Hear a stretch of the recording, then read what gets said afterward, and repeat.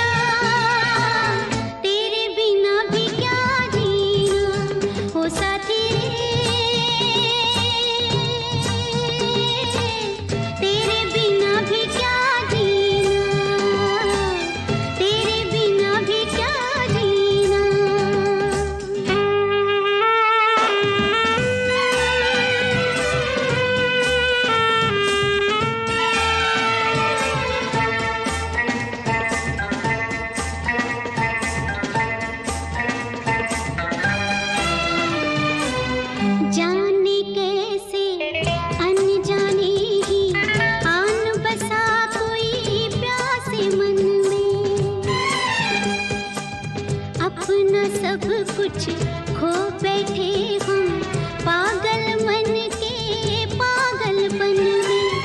दिल के अफसाने मैं जानूं तू जाने और ये जाने कोई ना। तेरे बिना भी क्या जीना हो साथी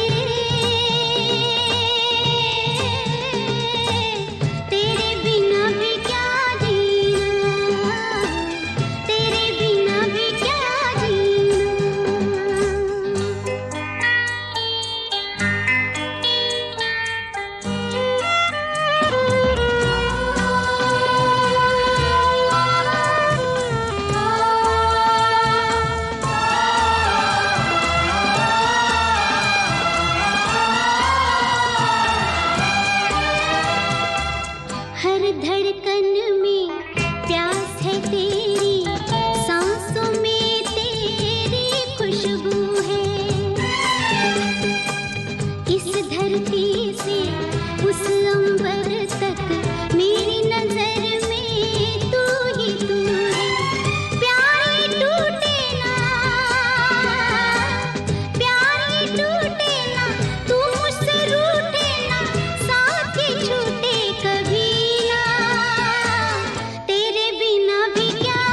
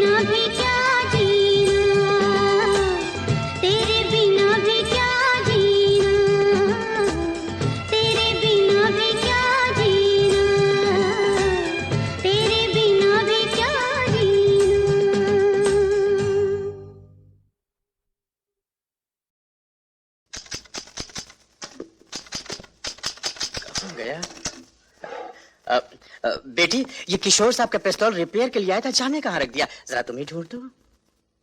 मैं खुद ही रख के भूल गया था। मेरी तरह मेरी याददाश्त भी बूढ़ी हो गई है। लेकिन बेटी, तू क्यों खामोश रहती है? तेरे तो हंसने के दिन हैं, खेलने के दिन हैं। ऐसे ही चुप रहने की आदत सी हो गई है। मैं सब समझता हूं बेटी। वक्त सबसे बड़ा इलाज है। अल्लाह तुझे हिम्मत दे, सबकी ताकत दे।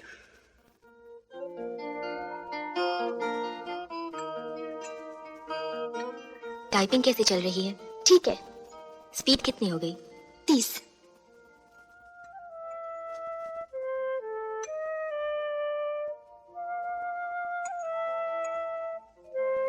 अशोक जी की चिट्ठी आई?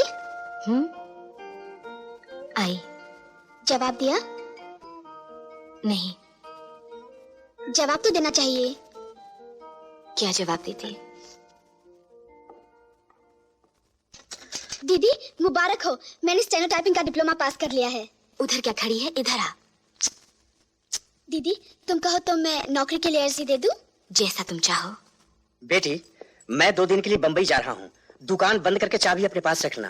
और हाँ, इस महीने से अपनी तनख्वाह में 100 रुपए बढ़ा लेना। Thank you. दीदी दीदी कमाल हो गया। मैं तो टाइपिस्ट की नौकरी के लिए इंटरव्यू देने गई थी, पर मुझे मैनेजिंग डायरेक्टर की सेक्रेटरी के लिए इंटरव्यू देने बुलाया गया है। पास हो गई तो 900 रुपए महीना सैलरी मिलेगी। तब तो मेरी चिंता छोड़कर अशोक जी से शादी कर लेना। लेकिन मैं इंटरव्यू में आ जाऊंगी ना? क्यों नहीं? तू स्मार्ट है, समझदार है, पढ़ी लिखी है। पर मेरे पास तो कोई अच्छी ड्रेस ही नहीं है। याद है उस दिन उस दुकान में हमने वो ड्रेस देखी थी ना? हाँ। आज वही पहन के जाना। पर वो तो बहुत महंगी है।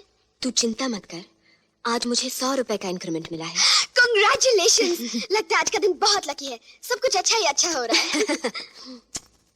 Good evening sir. Good evening. Please take your seat. Thank you sir. Type कर लेती हो? Yes sir, 40 words per minute, बिना गलती के। गुड। शॉर्ट हैंड में भी लिख लेती हो? Yes sir. और क्या क्या कर सकती हो?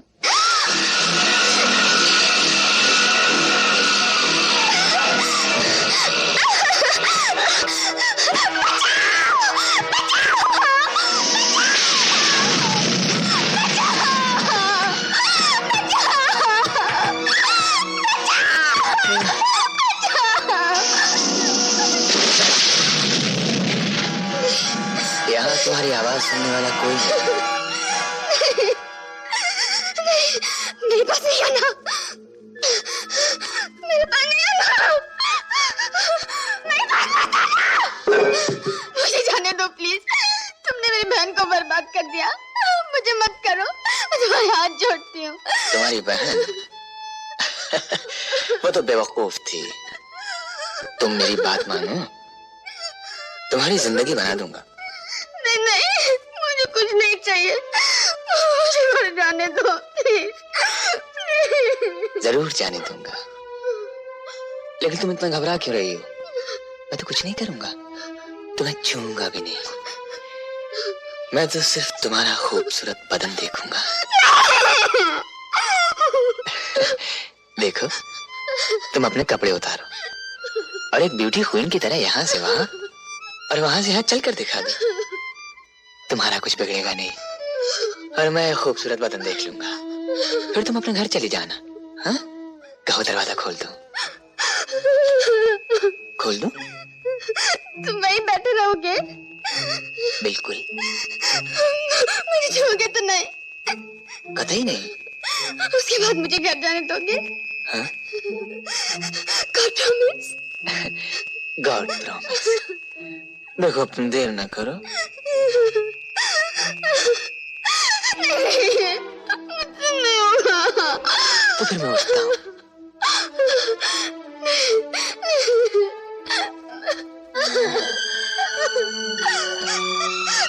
अब मैं जाऊँ? हाँ, जाओ।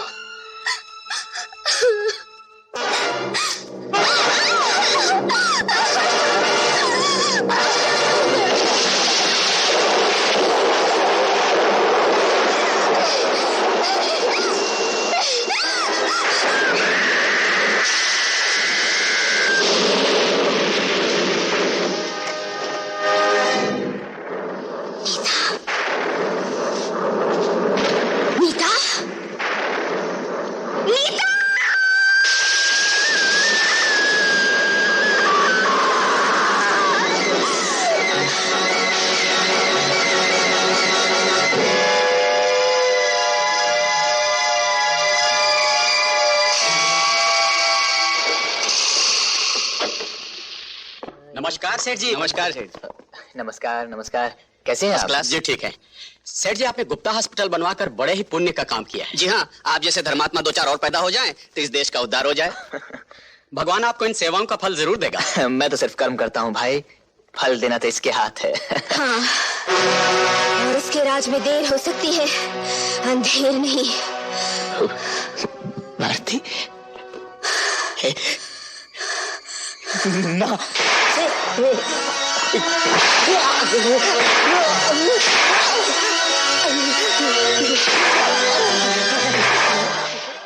क्या तुमने रमेश गुप्ता का खून किया है?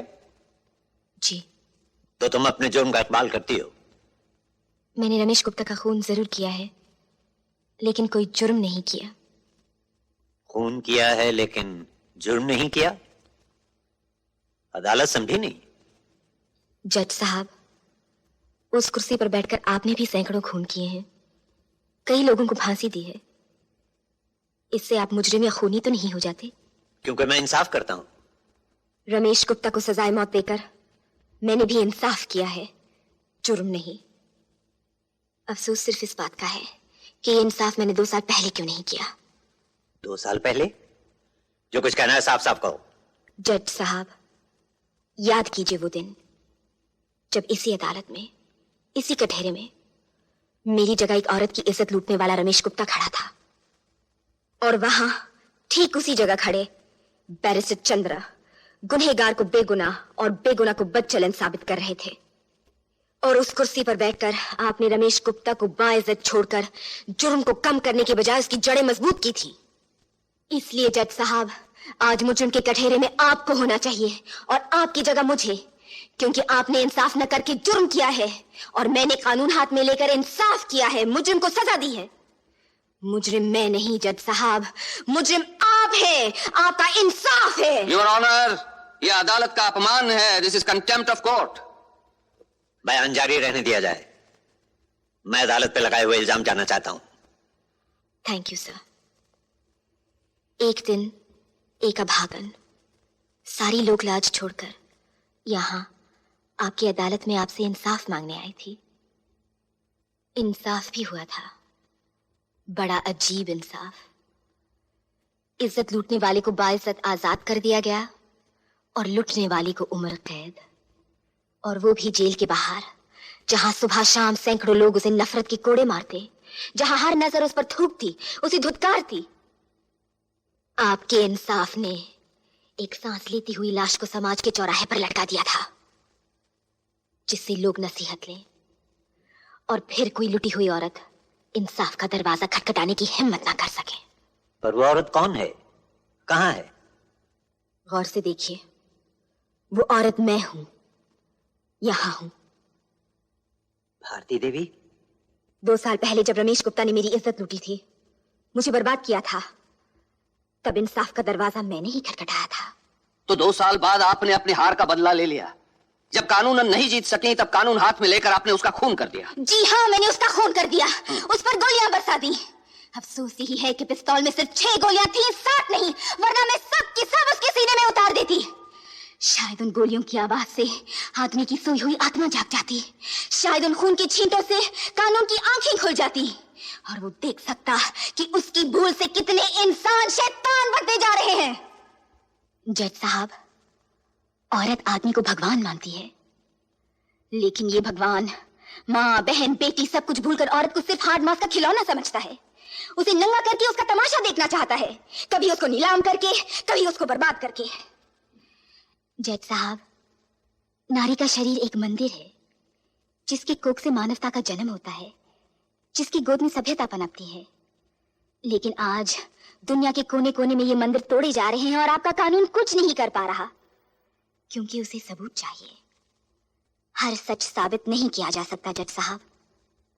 बलात्कार के समय न कानून होता है, न पुलिस होती है, और न कोई शरीफ गवाह। फिर सबूत कैसे मिलेगा, कौन देगा? एक लड़की जो शर्म से अपनी शक्ल तक शीशे में नहीं देख सकती, सबके सामने आकर एक बार फिर अपनी बेइज्जती कैसे कराएगी? भरी अदालत में वकीलों और गवाहों के हाथों लाश के पर्दे कैसे उतरवाएगी? और आ भी जाए तो बदनामी के सिवा उसे मिलेगा क्या? मुझे क्या मिला था?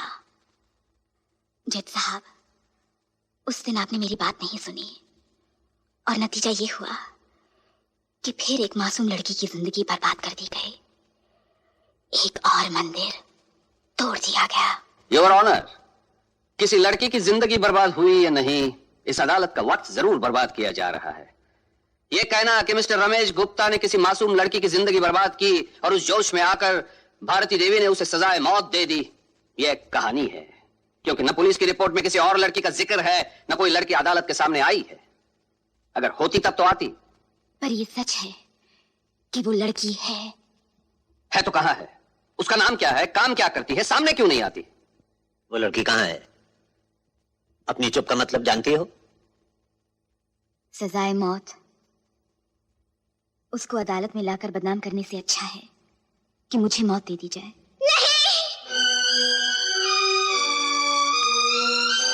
वो लड़की मैं हूँ जज साहब। ये क्या कर रही है नीतू? यहाँ आकर सिर्फ बदनामी मिलेगी, बेइज्जती मिलेगी और कुछ नहीं मिलेगा, कुछ नहीं मिलेगा। दीदी, बदनामी, बेइज्जती, मौत, कोई भी कीमत तुम्हारी जिंदगी से बढ़कर तो नहीं। जज साहब, मैं अपना बयान देने के लिए तैयार हूँ। जो कुछ कहना है यहाँ आके कहो। मैं जो कुछ भी कहूंगी सच कहूंगी और सच के सिवा कुछ नहीं कहूंगी। मैंने पहले भी तुम्हें कहीं देखा है। जी हाँ जज साहब, इसी अदालत में, इसी कटहरे में 2 साल पहले। फर्क सिर्फ इतना है कि तब रमेश गुप्ता ने मेरी दीदी को बर्बाद कर दिया था और अब मुझे किया है। मिस्टर चंदा, मैं तुमसे कुछ सवाल पूछ सकता हूँ? जरूर पूछ सकते हैं, लेकिन आप यही पूछेंगे ना कि उसे देखकर मैंने दरवाजा क्यों बंद कर दिया?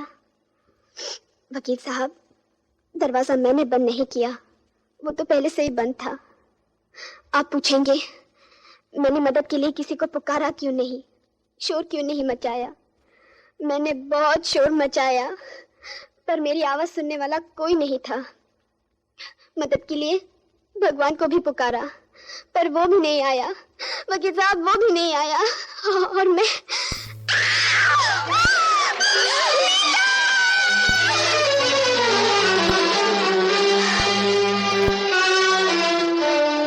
Order order.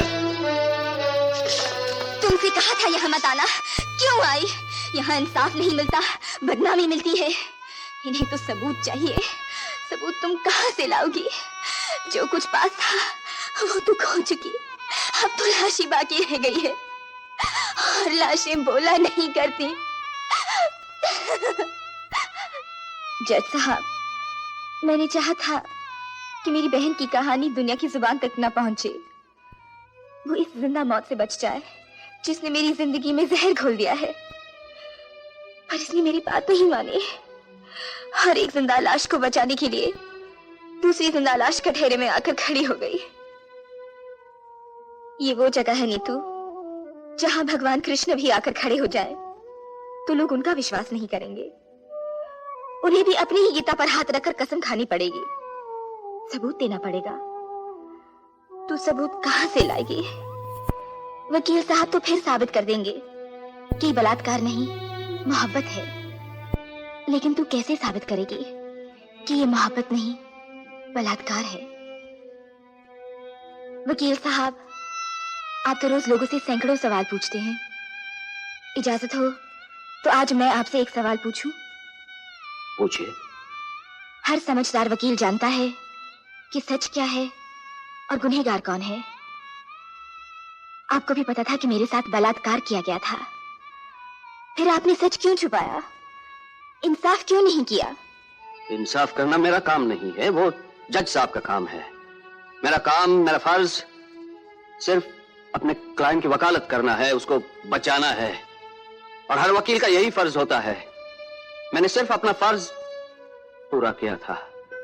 वकील साहब, अपना फर्ज पूरा करने के लिए आपको तो ढेर सारे रुपए मिले, नाम मिला, पर इस बेगुनाह को क्या मिला? समाज को क्या मिला? इंसानियत को क्या मिला? क्या इनके लिए आपका कोई फर्ज नहीं? आपने कभी सोचा है वकील साहब, कुछ रुपयों के लिए आप जिन शैतानों की रक्षा कर रहे हैं वो एक दिन आपके बच्चों को भी खा सकते हैं? कभी सोचा है कि इसकी जगह आपकी बेटी भी हो सकती थी? जो इसके साथ हुआ है उसके साथ ही हो सकता था। देखिए, इसकी तरफ देखिए। आपने रमेश गुप्ता को बचाकर जो फर्ज पूरा किया था उसका अंजाम देखिए। इसके होंठों से सारी मुस्कुराहट नोचकर इतनी सिसकियां भर दी गई हैं जो कभी कम नहीं होंगी। इतने ढेर सारे आंसू दे दिए गए हैं कि डूबने के लिए समुद्र ढूंढने की जरूरत नहीं पड़ेगी। इसके जिम्मेदार आप हैं वकील साहब, और आप भी जज साहब। उस दिन आपने एक मुजरिम को छोड़कर इंसाफ की कब्र पे बेइंसाफी का बीज बोया था। वो बीज पेड़ बन गया, एक और मंदिर आपके इंसाफ की भेंट हो गया।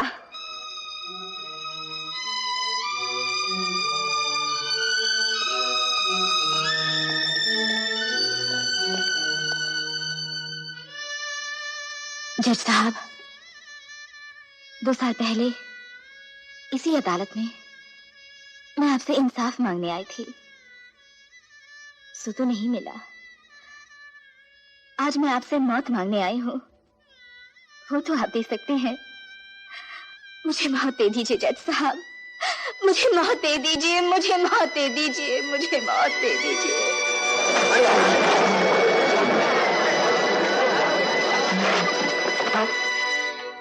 कानून की तारीख में शायद पहली बार किसी मुल्जिम ने इंसाफ को मुजरिम ठहराया है। हम भारती देवी की हिम्मत और सच्चाई की इज्जत करते हैं, लेकिन भारती देवी ने कानून अपने हाथ में लेकर जुर्म किया है, चाहे वो उनके ख्याल से इंसाफ करने के लिए ही क्यों ना हो। अगर इसी तरह हर शख्स कानून अपने हाथ में लेकर इंसाफ करने लगे तो दुनिया में ना कानून रहेगा ना इंसाफ। मैं जज होते हुए भी कानून का पाबंद हूं, और मुझे भी कोई हक नहीं कि मैं कानून के दायरे के बाहर जाकर कोई फैसला करूं। भारती देवी ने खून किया है, उन्हें इसकी सजा मिलनी चाहिए, लेकिन यह खून जानबूझ के नहीं किया गया। ऐसे हालात में किया गया है जबकि कोई भी मां या बहन खून करने पे मजबूर हो जाती। इसलिए अदालत को भारती देवी के साथ हमदर्दी है, और गिरफ्तारी के बाद जेल की हिरासत में काटे हुए दिनों को ध्यान में रखते हुए अदालत के उठने तक भारती देवी को यहां कटहरे में खड़े रहने की सजा देती है। क्या इंसाफ किया है? इसको कहते हैं इंसाफ। जनाब अली, क्या कानून का नुक्ता निकाला है? मैं सजा भी दे दी और इंसाफ भी कर दिया, इसे कहते हैं इंसाफ। जब तक समाज है जुर्म होते रहेंगे, लेकिन बेइंसाफी जुर्म से भी बड़ा गुनाह है। 2 साल पहले इसी कुर्सी पर बैठकर मैंने भी यह गुनाह किया था। इसलिए कानून की यह कुर्सी मैं हमेशा के लिए छोड़ता हूं, क्योंकि जो कानून रक्षा नहीं कर सकता उसे सजा देने का भी कोई अधिकार नहीं। इंसाफ का तराजू जो हाथ में उठाए, जुर्मों को ठीक तोले, जुर्मों को ठीक तोले।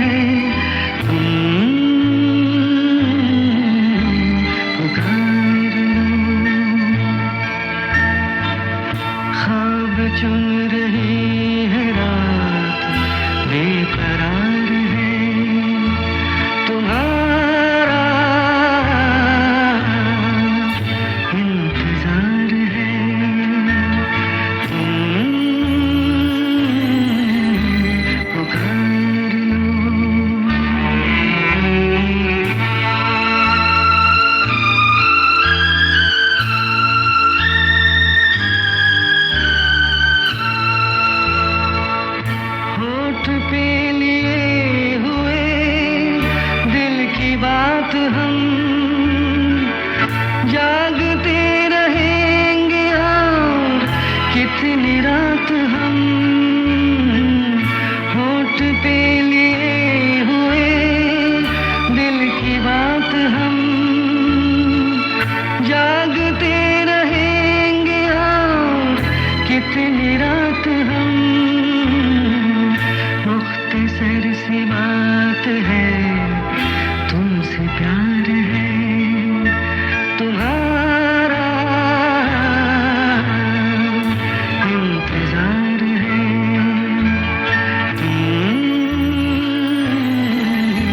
पुकार लो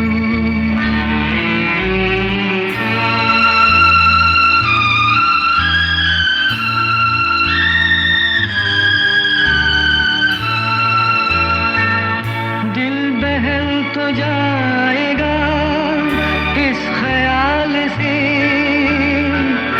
हाल मिल गया तुम्हारा अपने हाल से दिल बहल तो जाएगा इस ख्याल से हाल मिल गया तुम्हारा अपने हाल से रात ये करार की बेकरार है तुम्हारा इंतजार है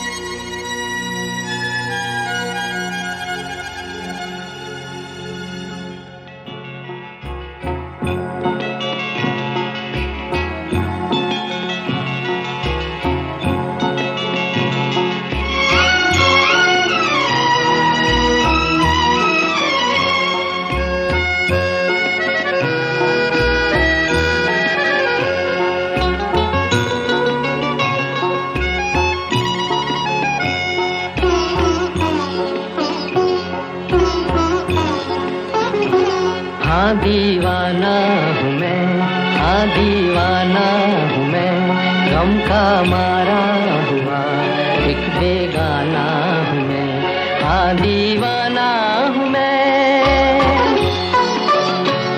हाँ दीवाना हूँ मैं हाँ दीवाना हूँ मैं गम का मारा हुआ एक बेगाना हूँ मैं हाँ दीवाना हूँ मैं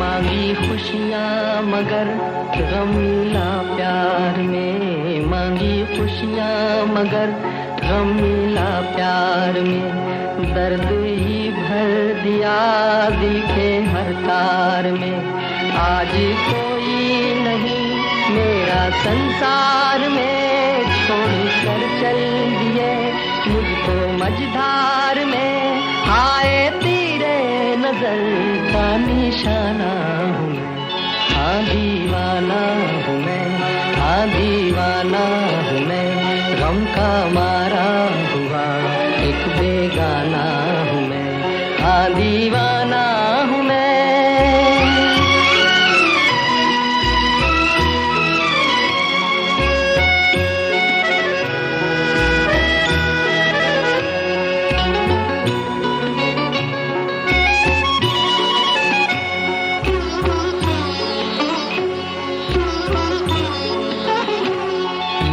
किसी का नहीं कोई मेरा नहीं मैं किसी का नहीं कोई मेरा नहीं इस जहां में कहीं भी बसेरा नहीं मेरे दिल नहीं, ये अंधेरा नहीं, मेरी शाम का है सवेरा नहीं, हाय भूला हुआ एक फसाना हूँ मैं, हाँ दीवाना हूँ मैं, हाँ दीवाना हूँ मैं, गम का मारा हुआ एक बेगाना हूँ मैं, हाँ दीवाना हूँ मैं,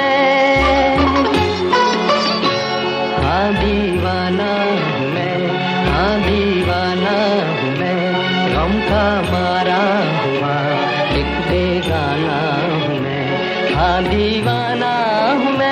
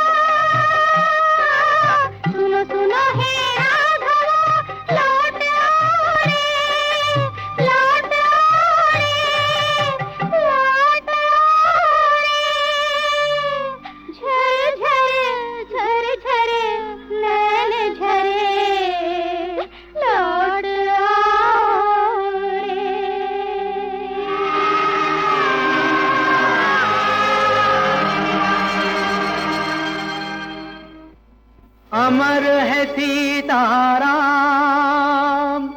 पिता पुत्र को मुकुट पिन्हाए, मन में रख विश्वास, सूर्य चंद्र को लिए गोद में, झूम उठा आकाश, झूम उठा आकाश, पिता को अपनी पुत्र मिल गए, रघुकुल के दो कमल खिल गए, दो कमल खिल गए,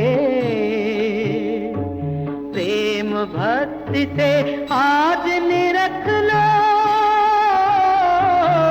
ये लीला अभिराम की, कथा है सीताराम की, कथा है सीता राम की।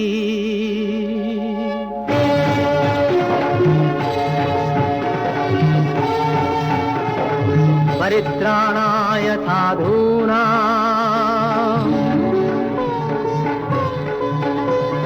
विनाशाय च दुष्कृतां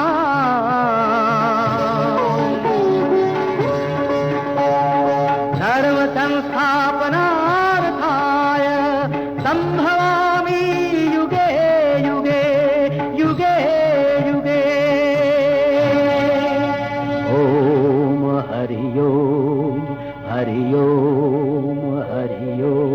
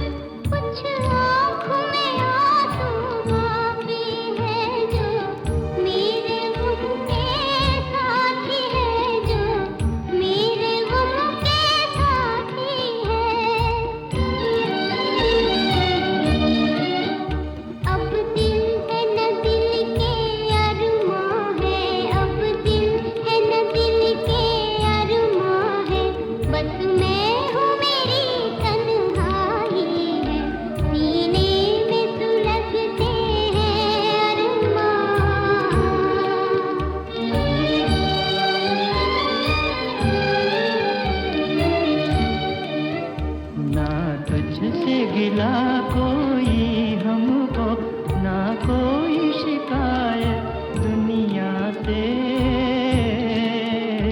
दो चार कदम जब मंजिल थी, दो चार कदम जब मंजिल थी, किस्मत ने ठोकर खाई है, सीने में सुलगते हैं अरमान।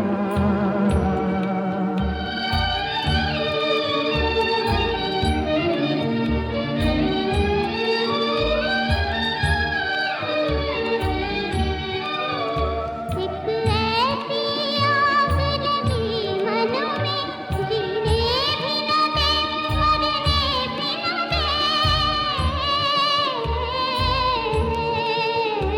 चुप हूँ तो कलेजा जलता है, चुप हूँ तो कलेजा जलता है, बोलूं तो तेरी रुसवाई है, सीने में सुलगते हैं अरमान।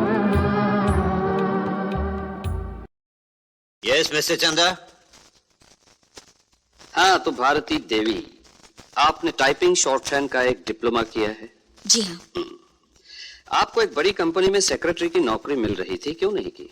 क्योंकि मॉडलिंग में मुझे ज्यादा पैसे मिलते हैं। आपको ऐसा नहीं लगता है कि सेक्रेटरी की नौकरी करना ज्यादा इज्जतदार है?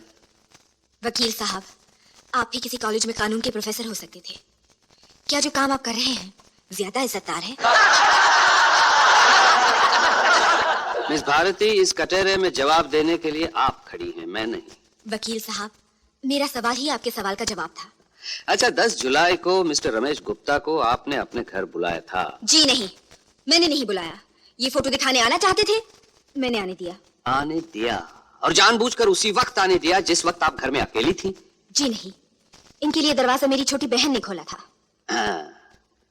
और ये जानते हुए भी कि mister Ramesh Gupta drawing room में बैठे हैं, आप बाथरूम से सिर्फ गाउन पहन के बाहर आई? बाथरूम से मैं सिर्फ गाउन ही पहनकर बाहर आती हूँ, कपड़े अपने बेडरूम में जाकर बदलती हूँ और पास में ड्राइंग रूम भी पड़ता है, क्योंकि मेरी छोटी से फ्लैट में बाथरूम बेडरूम से लगा हुआ नहीं है। यह नंगी तस्वीर आपके बेडरूम में थी? शायद आपको आर्टिस्टिक चीज भी नंगी लगती है। मैं पूछ रहा हूँ, आपके बेडरूम में थी या नहीं? जी हाँ, थी। उसी बेडरूम में जिसमें आप रमेश गुप्ता को लेकर गई थी। मेरे फ्लैट में सिर्फ एक बेडरूम है और वहां मैं किसी पराये आदमी को लेकर नहीं जाती, रमेश गुप्ता को भी नहीं।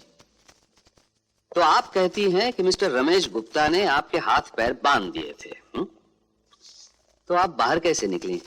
जाने से पहले इन्होंने मेरे एक हाथ की रस्सी काट दी थी।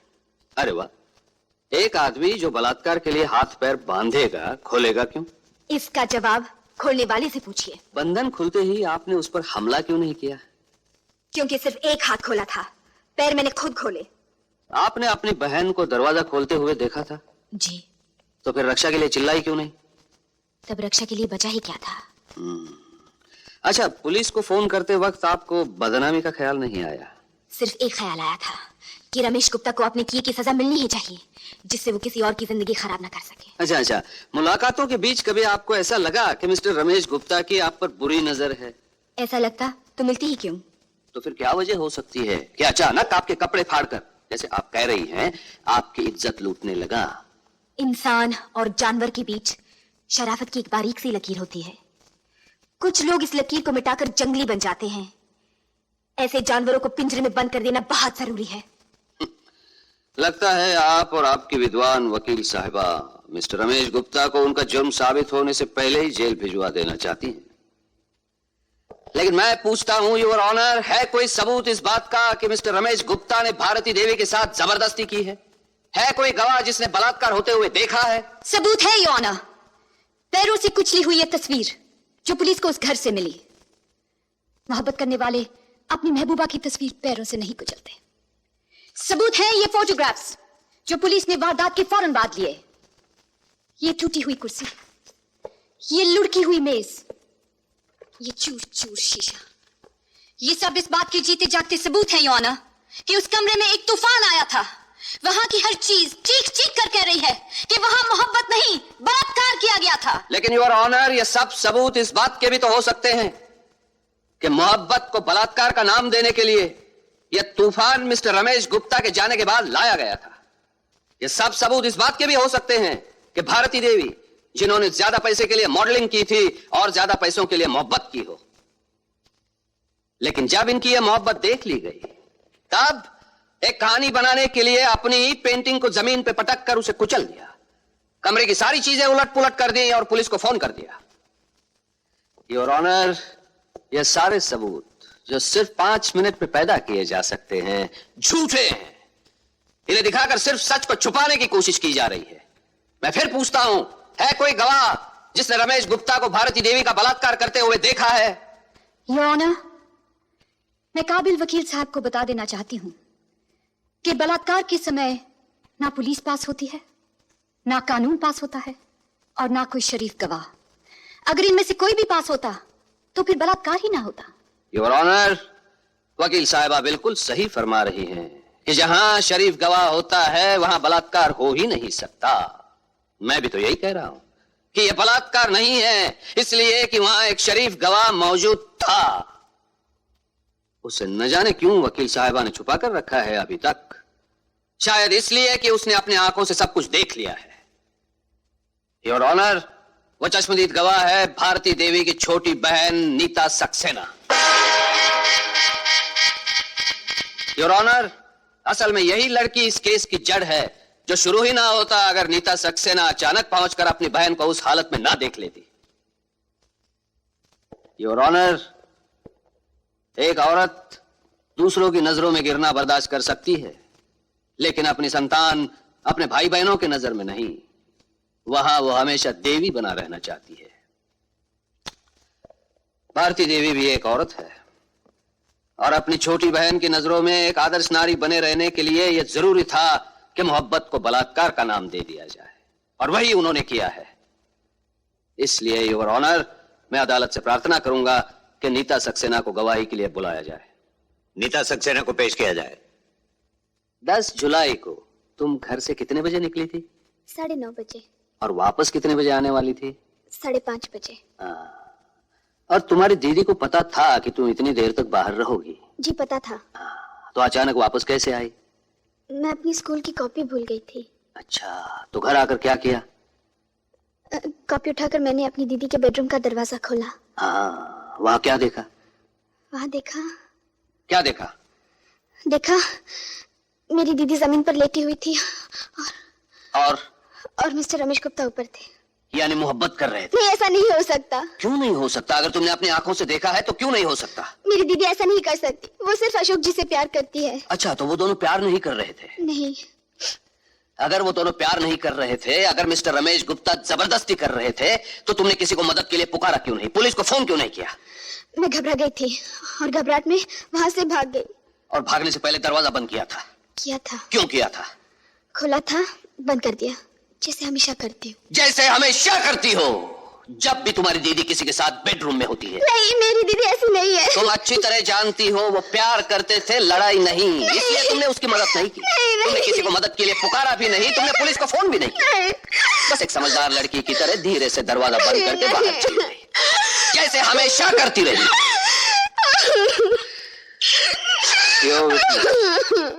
नीता, मैं कुछ सवाल पूछ लूं? 10 जुलाई से पहले कभी तुमने रमेश गुप्ता को अपने घर में देखा? नहीं। पहले कभी किसी और आदमी को बेडरूम में देखा था? कभी नहीं। जब तुमने अचानक बेडरूम का दरवाजा खोला तो भारती देवी ने तुम्हें देखा? मैंने उन्हें देखते हुए नहीं देखा। योर ऑनर, सिर्फ एक सवाल और, इजाजत है? हाँ, तो नीता, तुम जानती हो ये रेप हो या बलात्कार क्या होता है? किसी से जबरदस्ती मोहब्बत करना। हाँ, तो तुमने मिस्टर रमेश गुप्ता को कोई जबरदस्ती करते हुए देखा? नहीं। योर ऑनर, इस वारदात का सिर्फ एक ही चश्मदीद गवाह है और वो है ये लड़की। इसने भी रमेश गुप्ता को भारती देवी के साथ कोई जबरदस्ती करते नहीं देखा। इस बात का कोई सबूत नहीं कि रमेश गुप्ता ने एक भी कदम भारती देवी की मर्जी के खिलाफ उठाया हो, लेकिन उनकी दोस्ती और रजामंदी के तमाम सबूत हाजिर हैं। सबूत नंबर 1, इनके साथ पार्टी में खींचे हुए ये फोटोग्राफ्स, ये बाहों में बाहे डाले हुए, ये गले में 15,000 रुपयों का हार पहनाते हुए। वो हार नकली है, हीरे झूठे हैं। हीरे झूठे नहीं है, आप झूठी हैं। योर ऑनर, ये रहा इस हार का बिल जो 15,000 रुपयों से ज्यादा है। सबूत नंबर 2, अपनी खूबसूरती और जवानी का पूरा जादू चलाने के लिए उसे अपनी शूटिंग दिखाने ले जाना। शूटिंग के ये फोटो देखकर आपको अंदाजा हो जाएगा कि भारती देवी ने रमेश गुप्ता को क्या क्या नजारे दिखाए होंगे। सबूत नंबर 3, अपनी जवानी के जलवे दिखाने के बाद मिस्टर रमेश गुप्ता को ऐसे समय घर पे बुलाना जब छोटी बहन 8 घंटे के लिए बाहर रहने वाली हो और यह घर में अकेली हो। सबूत नंबर 4, बाथरूम से सिर्फ गाउन पहनकर बाहर आना। अगर उनके इरादे खतरनाक ना होते तो वो पूरे कपड़े पहनकर सामने आती, क्योंकि उन्हें पता था कि उनके छोटे से फ्लैट में बाथरूम और बेडरूम के बीच में ड्राइंग रूम पड़ता है जहां कोई बैठा उनका इंतजार कर रहा है। सबूत नंबर 5, ये औरत, इसका चाल चलन, इसका पेशा खुद एक सबूत है। आई ऑब्जेक्ट योर ऑनर, इनके पेशे का इसके से कोई संबंध नहीं। संबंध है योर ऑनर। बलात्कार के केस में औरत के चाल चलन, उसके पेशे का बहुत बड़ा संबंध होता है जिसे जानना बहुत जरूरी है। Objection overruled. योर ऑनर, चंद रुपयों के लिए, एक बारीक सा कपड़ा बेचने के लिए यह औरत खुलेआम भरे बाजार में अपने जिस्म की नुमाइश करती है। ज्यादा पैसे कमाने के लिए अधनंगी तस्वीरें खिंचवाती है। योर ऑनर, भारतीय नाम रख लेने से ही कोई भारतीय नहीं हो जाता। अगर बलात्कार किया भी गया होता तब भी एक शर्मदार भारतीय नारी की हिम्मत नहीं पड़ती कि वो भरी अदालत में आकर उस वारदात के चर्चे कराए, अपनी जवानी और खूबसूरती की तारीफें सुने, तस्वीरें दिखाए। वो शर्म से गड़ जाती, चुल्लू भर पानी में डूब मरती, अपनी जान दे देती। लेकिन जरा भारती देवी की तरफ देखिए, शर्मिंदगी या पछतावे की छाया तक नजर नहीं आती। योर ऑनर, ऐसी ये औरतें औरत के नाम पर कलंक है, मां के नाम पर कलंक है, बहन के नाम पर कलंक है, बेटी के नाम पर कलंक है। I object your honour. I also object to the very presence of such women in our society, Your Honor. कोई हक नहीं ऐसी औरतों को इस समाज में रहने का जो सब कुछ करके भी इज्जतदार और देवी बनी रहना चाहती हैं, चाहे उसके लिए एक शरीफ और इज्जतदार दोस्त को बलात्कार के झूठे जुर्म में जेल क्यों न भेजना पड़े। योर ऑनर, ऐसी औरतों को कड़ी से कड़ी सजा मिलनी चाहिए और मिस्टर रमेश गुप्ता जैसे सीधे साधे आदमी को जो इनका शिकार बन गया है बाइज्जत रिहा कर देना चाहिए। That's all, Your Honor.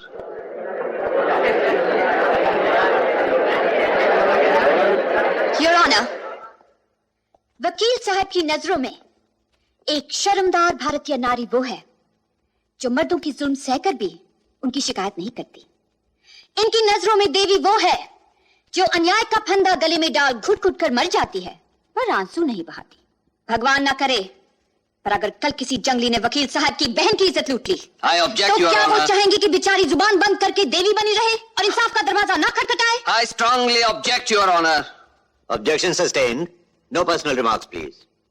Your honour, इस दुनिया में हर रोज किसी न किसी अबला नारी पर यह अत्याचार किया जाता है, उसकी इज्जत लूटी जाती है और फिर वकील साहब की दलीलों की दुहाई देकर उनकी जुबान बंद कर दी जाती है। हर रोज किसी की माँ, किसी की बहन, किसी की बेटी एक जानवर की हवस का शिकार होती है, लेकिन बदनामी के डर से चुप रहती है। आज उन सब की तरफ से एक औरत ने कानून का दरवाजा खटखटाया है। उनकी इज्जत बचाने के लिए वो आपके सामने खुद को नंगा करवा रही है। योर ऑनर, दुनिया की कोई ताकत, कोई मसीहा, कोई भगवान इस औरत को वो वापस नहीं कर सकता जो एक जानवर ने उसे छीन लिया है। I object. I also object to the existence of such animals in society. ऐसे जानवर समाज के लिए खतरा हैं, एक माँ के लिए खतरा है, एक बहन के लिए खतरा है, एक बेटी के लिए खतरा है। अगर इन्हें सजा नहीं दी गई तो आज वो जो इस अदालत में खड़ा कानून के डर से थर थर कांप रहा है, कल कानून और उसके माहिरों को अपना पहरेदार समझकर शेर की तरह दहाड़कर जब जिसे चाहेगा उठा ले जाएगा। योर ऑनर, अगर आज इसे सजा नहीं दी गई तो कल गली गली में जानवर इंसान का शिकार करेंगे और मां बहनों का रास्ता चलना मुश्किल हो जाएगा। खूबसूरत वकील साहिबा को उनके दिल हिला देने वाले भाषण के लिए मुबारकबाद देते हुए मैं वकील साहिबा से प्रार्थना करूंगा कि मिस्टर रमेश गुप्ता के थर थर कांपने से खुश होने की बजाय अगर उनके पास कोई ठोस सबूत हो तो पेश करें, वरना ऐसे दिल हिलाने वाले भाषणों से अदालत का वक्त बर्बाद न किया जाए। ऐसे भाषण तो हम इस देश में हर रोज सुनते रहते हैं। जज साहब, मुझे कुछ कहने की इजाजत है? इजाजत है। आज मैं आपसे और इस देश के कानून से सिर्फ एक सवाल पूछना चाहती हूँ। अगर किसी सच का कोई सबूत नहीं, कोई गवाह नहीं, तो क्या इसका यह मतलब होगा कि वो सच सच नहीं और आपका न्याय इसे झूठ मानकर सजा देगा? अगर मैं ये साबित नहीं कर सकती कि भगवान है, तो क्या आपका इंसाफ ये फैसला सुना देगा कि भगवान नहीं होता? इंसाफ की बुनियाद भावनाओं पे नहीं, सबूत पे रखी गई है। भगवान का संबंध भावनाओं से है, दिल से है, विश्वास से है। हमारा विश्वास कुछ भी हो, दिल कुछ भी कहता हो, लेकिन अदालत की नजर में हर शख्स बेगुनाह है जब तक उसका जुर्म साबित नहीं हो जाता।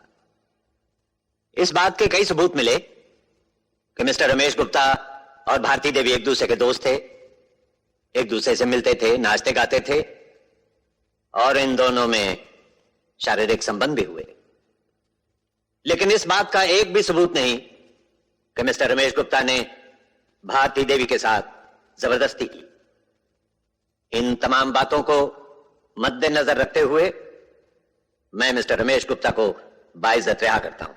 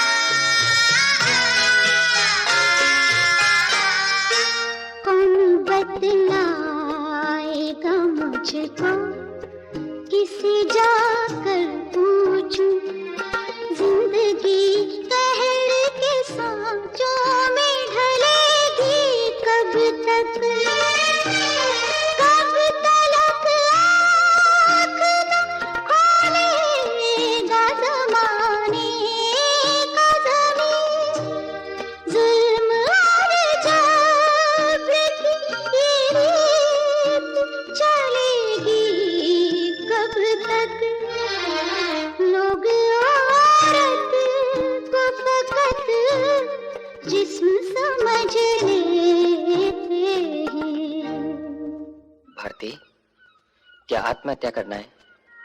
नीता की चिंता ना होती तो कर लेती। यहाँ बैठी थी, डर नहीं लगता? अब किसका डर? चलो घर चलो। अब मेरे लिए अपना वक्त बर्बाद मत करो। ये तुम क्या कह रही हो? मैं तो तुमसे शादी करना चाहता हूँ। घर वालों से पूछ लिया? उनके मना करने से क्या होता है? शादी तो मुझे करनी है ना? पर मुझे नहीं करनी। क्यों? मेरे लिए नारी के मन की पवित्रता से बढ़कर उसके तन की पवित्रता है। मन का कलंक तो पश्चाताप के 2 आंसुओं से धुल जाता है, पर तन का कलंक गंगा का सारा जल नहीं धो सकता। वो एक बार लग गया सो लग गया। इस कलंक से दूर रहो अशोक। एक बात पूछूं? कुछ भी पूछ लो। अगर एक साफ सुंदर शीशे पे पत्थर गिर पड़े तो इसमें शीशे का क्या दोष है? दोष किसी का भी हो, टूटेगा शीशा ही। टूटे हुए शीशे में मुंह नहीं देखा करते, अशुभ होता है। मैं तुम्हारे लिए अशुभ नहीं होना चाहती अशोक। दीदी, मैं स्कूल नहीं जाऊंगी, नहीं मैं इस शहर में रहूंगी। चलो हम कहीं और जाकर रहेंगे, जहां हमें कोई नहीं जानता हो।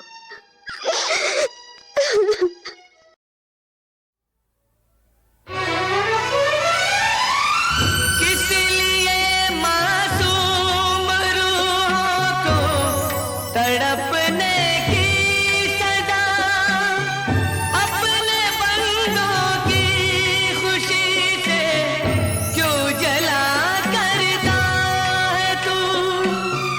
मुंसिफे तकदीर मिल जाएगा तो पूछेंगे हम, किस बिना पे जिंदगी का फैसला करता है तू?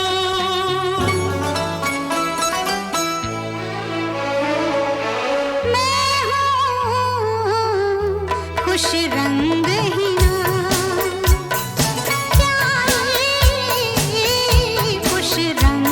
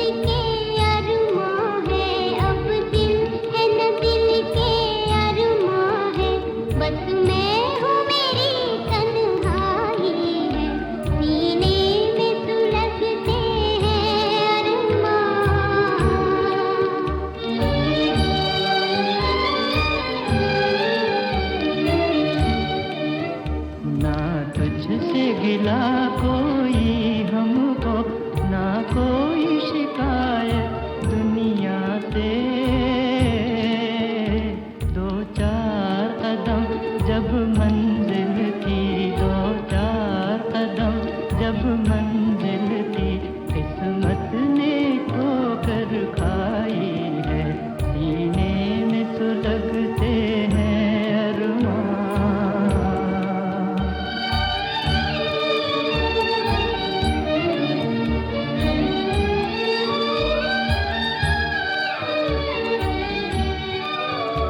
एक ऐसी आग लगी मन में, जीने भी न दे, मरने भी न दे। चुप हूँ तो कलेजा जलता है, चुप हूँ तो कलेजा जलता है। बोलूं तो तेरी रुसवाई है, सीने में सुलगते हैं अरमान।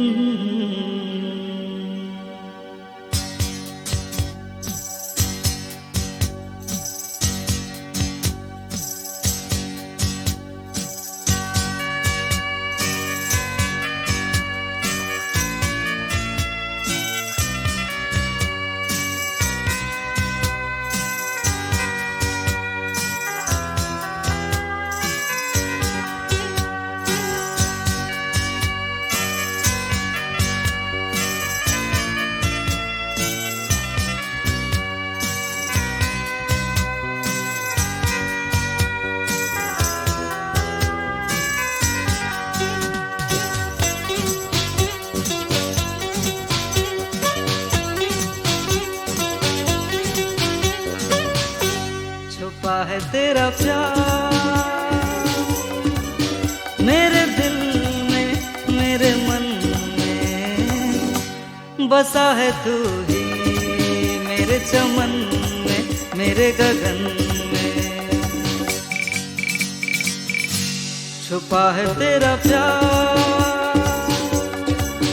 मेरे दिल में, मेरे मन में बसा है तू ही, मेरे चमन में, मेरे गगन में।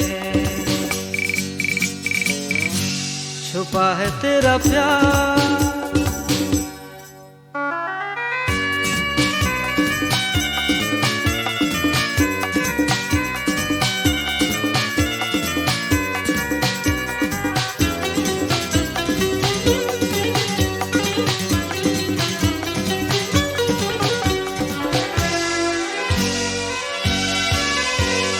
करती है बेकरार तेरी यादें हर सदा,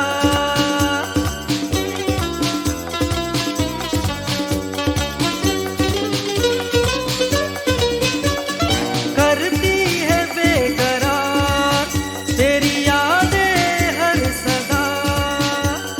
दिल को उड़ाने जाती है तेरी मीठी अदा,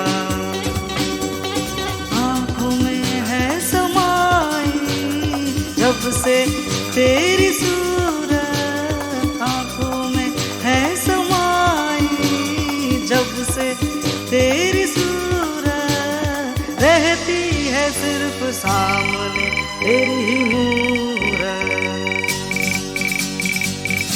छुपा है तेरा प्यार मेरे दिल में, मेरे मन में बसा है तू ही, मेरे चमन में, मेरे गगन में।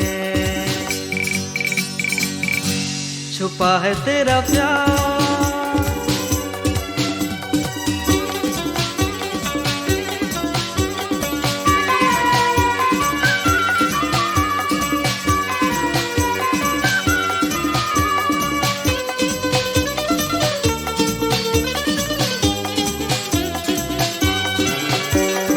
लब पे मेरे आए तेरा नाम बार बार,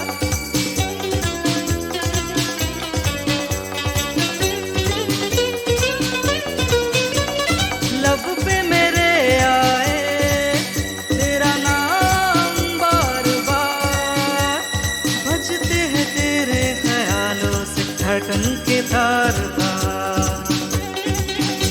तरसती है तेरे दीदार को मेरी ये निगाहें, तरसती है तेरे दीदार को मेरी ये निगाहें। हो गई है जिंदगी की हंसी सारी राहें, छुपा है तेरा प्यार मेरे दिल में मेरे मन में, बसा है तू ही मेरे चमन में मेरे गगन में। छुपा है तेरा प्यार मेरे दिल में मेरे मन में, बसा है तू ही मेरे चमन में मेरे गगन में।